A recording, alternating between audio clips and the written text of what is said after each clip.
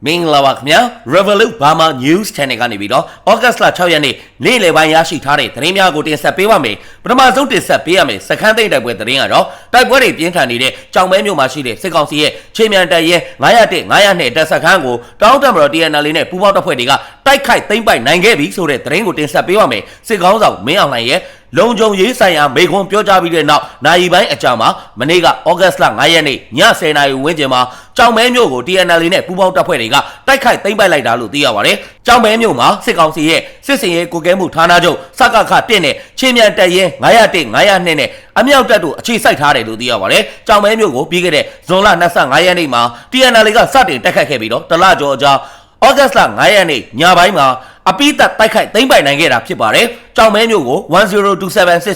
်ဒုတိယလှိုင်းမှာ TNL က4မြို့မြောက်အဖြစ်နဲ့တိုက်ခိုက်သိမ်းပိုက်နိုင်ခဲ့တာလို့လည်းသိရပါတယ်။ကြောင်မဲတိုက်ပွဲအတွင်းမှာလက်နက်ကြီးလေကြောင်းတိုက်ခိုက်မှုတွေနဲ့ပစ်ခတ်ခံရတာကြောင့်အရသားပြည်သူအယောက်40ကျော်သေဆုံးခဲ့ရတယ်လို့သိရပါတယ်။1027ဒုတိယလှိုင်းအတွင်းမှာနောင်ချိုမိုးကုတ်မိုးမိတ်နဲ့ကြောင်မဲမြို့တို့ကို TNL နဲ့ပူးပေါင်းတပ်ဖွဲ့တွေကတိုက်ခိုက်သိမ်းပိုက်ထားတယ်လို့သိရပါတယ်။နိုင်ငံတော်ဝမ်းမှာတိုင်းသားလက်နက်ကိုင်တွေရဲ့အင်အားအလုံးရင်းနဲ့တိုက်ခိုက်တာကိုခံနေရပြီးနယ်မြေတွေဆုံးရှုံးနေရကြောင်းစစ်ကောင်းဆောင်မင်းအောင်လှိုင်ကမနေ့ကဩဂတ်စ်လ9ရက်နေ့ညနေပိုင်းမှာစစ်ကောင်းဆောင်ရဲ့လုံခြုံရေးဆိုင်ရာမိန့်ခွန်းထဲမှာထည့်သွင်းပြောဆိုသွားကြောင်းသတင်းရရှိပါတယ်ခင်ဗျာ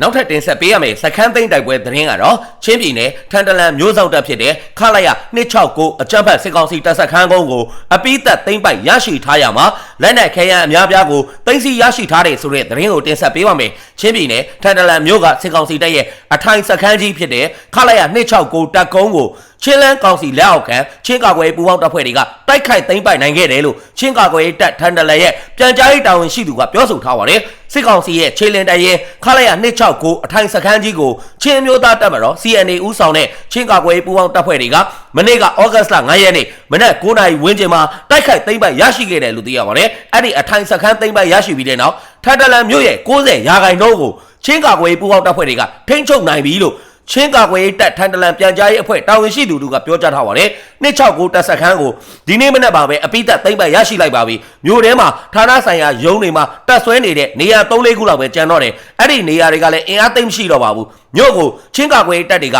90%ထိန်းချုပ်လို့ရတဲ့အနေအထားရှိပါတယ်လို့ပြောဆိုခဲ့ပါတယ်စစ်ကောင်စီတပ်ကခလာရ269တပ်ကုန်းမကြစေရေးအတွက်ဟာခါအခြေစိုက်စစ်ကောင်စီတပ်စခန်းကနေပြီးတော့လက်နက်ပစ်ကူပေးတဲ့အပြင်လေကြောင်းကနေလည်းပစ်ကူပေးနေတယ်လို့သိရပါတယ်ပြီးခဲ့တဲ့ဇူလိုင်လ22ရက်နေ့ကလည်းဟာခါထန်တလန်ဂျားကစစ်ကောင်စီရဲ့တပ်စခန်းတွေကိုချင်းကာကွယ်ပူးပေါင်းတပ်ဖွဲ့တွေကသိမ်းပိုက်ရရှိထားပြီးတော့ဟာခါထန်တလန်ဆက်သွယ်ရေးလမ်းကြောင်းကိုလည်းထိန်းချုပ်ထားကြောင်းသတင်းရရှိပါတယ်ခင်ဗျာဆက်လက်ပြီးတင်ဆက်ပေးရမယ့်သတင်းကတော့ရန်ကုန်မှာ MNDAA ကိုဆန္ဒပြရန်အတွက်လိုင်းကား60တစည်းကိုစစ်ကောင်စီကချောဆွဲပြီးတော့ CNG ဖြည့်တင်းပေးရန်ညတွင်းချင်းစာထုတ်အကြောင်းကြားလိုက်တယ်ဆိုတဲ့သတင်းကိုတင်ဆက်ပေးပါမယ်ဩဂတ်စ်လ6ရက်နေ့ရန်ကုန်မှာ MNDAA ကိုစန့်ကျင်တဲ့ဆန္ဒပြပွဲကျင်းပပြုလုပ်မှာဖြစ်ပြီးတော့အဲ့ဒီပွဲကိုတက်ရောက်ရန်အတွက် YBS 60တစည်းကိုချောဆွဲခဲ့တယ်လို့သိရပါတယ်အဲ့ဒီ YBS 60တစည်းကို CNG များဦးစားပေးပြီးတော့ထုတ်ပေးရန်ရန်ကုန်တိုင်းစစ်ကောင်စီကစာထုတ်ပြီးတော့အကြောင်းကြားလိုက်တယ်လို့သိရပါတယ်ဒါအပြင်စစ်ကောင်စီကဩဂတ်စ်လ6ရက်နေ့ကနေစတင်ပြီးတော့နိုင်ငံတော်ဝန်လုံးမှာ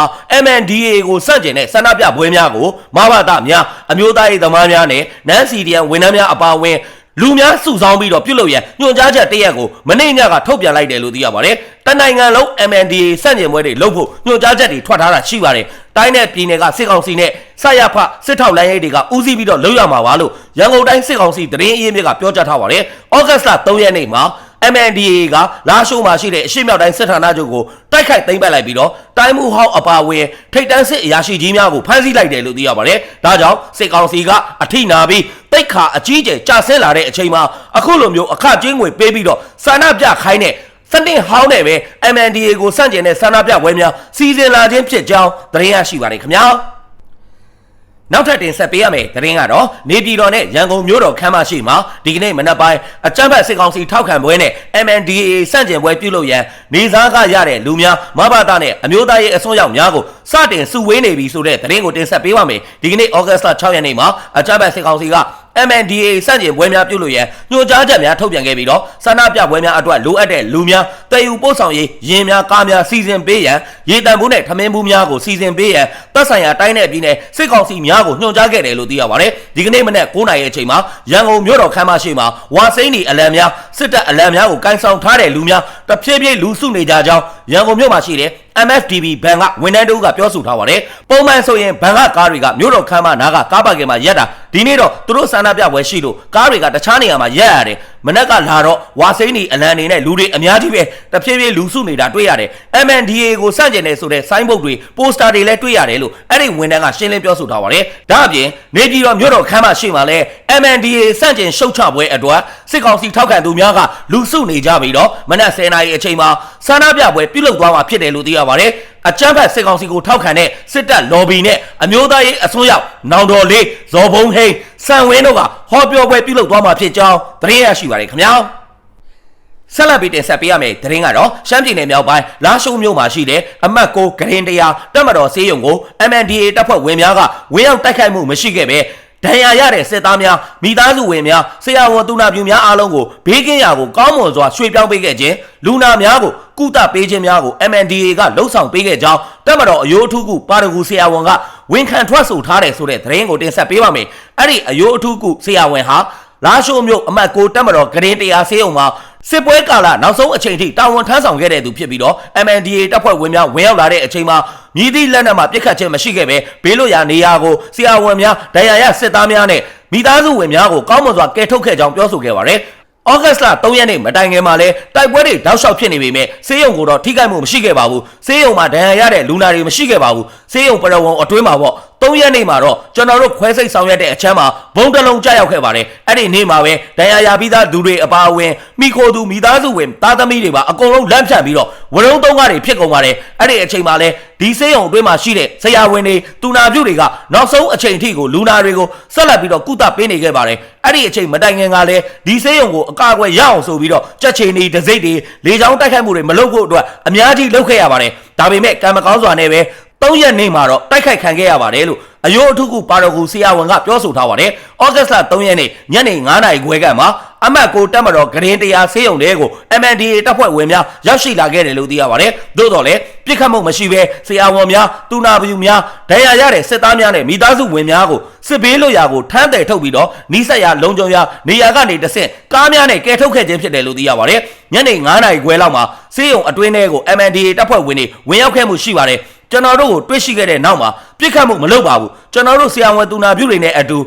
ဒီဆေးရုံထဲမှာရှိတဲ့လူနာတွေကိုဒီတပ်ဖွဲ့ဝင်တွေကပဲတေချာခေါ်ထုတ်သွားကြတာပါကျွန်တော်တို့ကိုယ်တိုင်လည်းလူနာတွေကိုထမ်းခေါ်ရတာတွေရှိပါတယ်ခေါ်ထုတ်ပြီးတော့မှတပ်ဆိုင်ရာကားတွေနဲ့လူနာတွေကိုဦးစားပေးပြီးတော့ကားတွေနဲ့တည်ထုတ်ပါတယ်အဲ့ဒီနောက်မှာမိသားစုဝင်တွေဆရာဝန်တွေဝန်ထမ်းတွေအကုန်လုံးကားတွေနဲ့တည်ပြီးတော့မှနီးစပ်ရာဌာနတစ်ခုမှာထားရှိပါတယ်အဲ့ဒီမှာကျွန်တော်တို့ဆေးဝန်ထမ်းတွေကိုလည်းတိတ်တိတ်ချာချာထားရှိပါတယ်လူနာတွေကိုလည်းတီးတန့်ထားရှိပါတယ်အဲ့ဒီထဲမှာမှအသက်အန္တရာယ်အရေးကြီးတဲ့လူနာတွေဆိုရင်တော့ဦးစားပေးပြီးတော့ရွှေ့ပြောင်းမှုတွေလုပ်ပေးပါတယ်လို့အယိုးအထုကုပါရဂူကပြောဆိုခဲ့ပါတယ်လုံခြုံစိတ်ချရတဲ့နေရာကိုရောက်ရှိတဲ့အချိန်မှာလူနာများအတွက်လိုအပ်တဲ့ဆေးဝါးများကိုထောက်ပံ့ပေးတဲ့အပြင်အစားအသောက်အဝတ်အစားအသုံးဆောင်များကိုလည်းထောက်ပံ့ကူညီပေးခဲ့တယ်လို့သိရပါတယ်ကျွန်တော်ဆရာဝန်တယောက်ပါကျွန်တော်အတွက်အရေးကြီးဆုံးကလူနာတွေရဲ့အသက်ရှင်ကျန်းမာရေးဟာအရေးကြီးဆုံးပါပဲဘယ်နေရာရောက်ပေါ့ဒီလိုအချိန်ကြီးမှာတော့မှကျွန်တော်တို့ရဲ့မိသားစုဝင်တွေနဲ့ဒဏ်ရာရတဲ့စစ်သားတွေကိုတနာညတာထောက်ထားပေးခဲ့တဲ့အတွက်ဒါကကျွန်တော်မမျှော်လင့်ခဲ့တဲ့အရာတစ်ခုပေါ့ဒီ MNDAA တပ်မတော်ကိုအရန်ကျေးဇူးတင်ပါတယ်လို့အဲ့ဒီအယိုးထုကုပါရဂူဆရာဝန်ကပြောကြားထားပါတယ်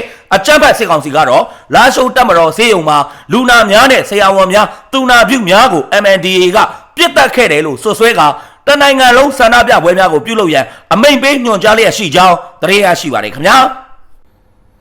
အခုလိုမျိုးမြန်မာတနိုင်ငံလုံးမှာဖြစ်ပွားနေတဲ့စီးရေးသတင်းနိုင်ငံရေးသတင်းများကိုအချိန်ပေးပြီးတော့နားဆင်ပေးတဲ့အတွက် Revolut Burma News Channel ကနေပြီးတော့အထူးပဲကျေးဇူးတင်ရှိပါတယ်ခင်ဗျာ